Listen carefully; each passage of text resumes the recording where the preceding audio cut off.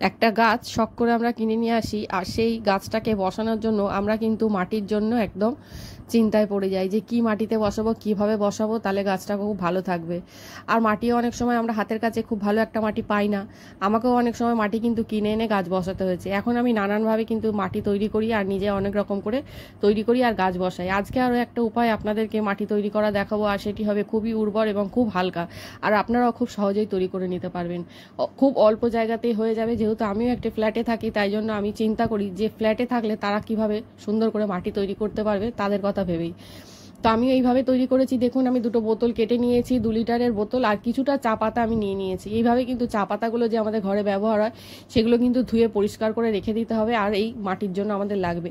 আর এখানে আমি কিছু কলার খোসা শুকনো করে রেখে দিয়েছি। এটা কিন্তু দরকার হলে আপনারা দিতে পারেন, আপনাদের হাতের কাছে থাকলে দেবেন, নালে দেবেন না। আমার কাছে ছিল, আমি একটু দিয়ে দিচ্ছি। আপনাদের কাছে না থাকলে শুধু চা পাতা দিয়েই কিন্তু আপনারা মাটিটা তৈরি করে নিতে পারবেন। দেখুন, আমি এই 2 লিটারের বোতলগুলোতে আমি আমার যতটা আমার চা পাতা দরকার হয়, আমার ঘরে ব্যবহার হয়, সেই চা পাতাগুলো ভালো করে ধুয়ে ধুয়ে রেখে দিই, আর এইভাবে দিয়ে দিই। আর তার ওপর থেকে কিন্তু অল্প করে একটু মাটি দিয়ে দিতে হবে, নাহলে কিন্তু পোকা হয়ে যাবে। আর যাতে পোকা না হয় তাই জন্য কিন্তু ওপর থেকে একটু একটু অল্প অল্প করে মাটি দিতে হবে। এতে কিন্তু মাটিটাও খুব সুন্দর হবে, আর চা পাতাটাও খুব তাড়াতাড়ি দেখবেন ডিকম্পোস্ট হয়ে যাবে।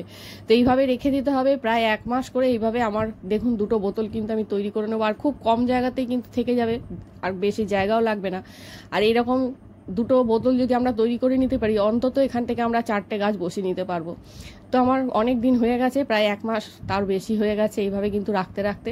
এইবারে আমি এগুলোকে একটু শুকিয়ে নেবো, একটু চড়া রোদে 2 দিন মতন শুকিয়ে নিলেই কিন্তু হয়ে যাবে। যদি এর মধ্যে কোনো রকম পোকা বা কোনো রকম ফাঙ্গাস হয়ে থাকে, তো সেগুলো এই রোদ্দুরে কিন্তু শুকিয়ে যাবে বা মরেও যাবে। একটু রোদ্দুরটা প্রয়োজন আছে, রোদ্দুরে একটু শুকানোর দরকার আছে। এরকম করে ভালো করে আমি রোদ্দুরে একটা প্লাস্টিকের ওপর মেলে দিয়েছি, আর ওপর থেকে আমি একটু মাটি দিয়ে দেবো। এতে রসটা, যে চা পাতার যে জলটা আছে সেটাও টেনে যাবে, আর যদি কোনো পোকামাকড় থাকে তো সেটাও, রোগ জীবাণুটা যেটা থাকবে সেটাও কিন্তু চলে যাবে। তো সাধারণ একটু অল্প সামান্য একটু মাটি ওপর থেকে দিয়ে দিলাম, ব্যাস। এরপর এটা 2 দিন মতন শুকাতে থাক। খুব চড়া রোদে শুকিয়ে নিলেই কিন্তু তৈরি হয়ে যাবে একটা সুন্দর ভালো মাটি। তো দেখুন অনেকটাই কিন্তু শুকিয়ে গেছে। আর একটু যেহেতু চা পাতা আছে তাই জন্য একটু ডেলা ডেলা পাকিয়ে আছে, তো আমি একটা ইটের সাহায্যে খুব ভালো করে এটাকে একদম মিশিয়ে দিচ্ছি মাটির সাথে। এটার ওপর আমি কিন্তু আর কিচ্ছু করব না। এরপরে আমি এতে মাটি মিশিয়ে কিন্তু গাছ বসিয়ে দিতে পারি। তো যেহেতু আমি চা পাতা দিয়েছি আর একটু কলার খোসা আছে, ফাঙ্গাস হয়ে গেলেও মাটিতে জল পড়লে হয়তো ফাঙ্গাস হতে পারে, তাই জন্য একটু হলুদ দিয়ে দিলাম। এতে জীবাণুগুলো মুক্ত হয়ে যাবে, ব্যাস। আর কোনো রকম পোকা হবে না, কোনো রকম ফাঙ্গাসও লাগবে না। আপনারা একটু হলুদ দিয়ে দিতে পারেন, বা যদি কোনো সাব ফাঙ্গিসাইড থাকে সেটাও দিয়ে দিতে পারেন। এর মধ্যে আমি একটু মাটি মিশিয়ে নেবো, সাধারণ যেটা মাটি, আশেপাশে যে মাটি আছে সেই মাটি পেয়ে গেলে হয়ে যাবে আপনার একটা সুন্দর আদর্শ মাটি। এতে কিন্তু গাছের সব রকম খাবারটাও পেয়ে যাবে গাছ। আর এবার আমি বলেছিলাম যে গাছ বসানোর একটা সঠিক নিয়ম আমি দেখিয়ে দেবো। তো আমি এই যে গাছটা এনেছিলাম, প্রায় 15 থেকে 20 দিন হয়ে গেছে আমার কাছে ছিল, আমি আমার বাগানে রেখে দিয়েছিলাম অন্য গাছেদের সাথে। এবার আমি বসিয়ে দেবো।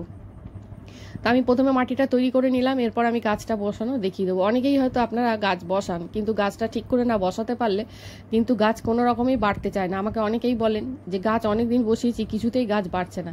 গাছের মেন কাণ্ড যেটা, মূল যেটা রয়েছে, সেটাই যদি আমরা ঢেকে দিই মাটি দিয়ে, তাহলে কিন্তু গাছ কোনো রকমই বাড়তে পারে না। এই যে দেখছেন কাণ্ডটা আমরা নার্সারি থেকে কিনে নিয়ে এসেছিলাম, যতটা মাটিতে বসানো আছে ঠিক ততটাই কিন্তু আমাদের মাটিতে বসাতে হবে।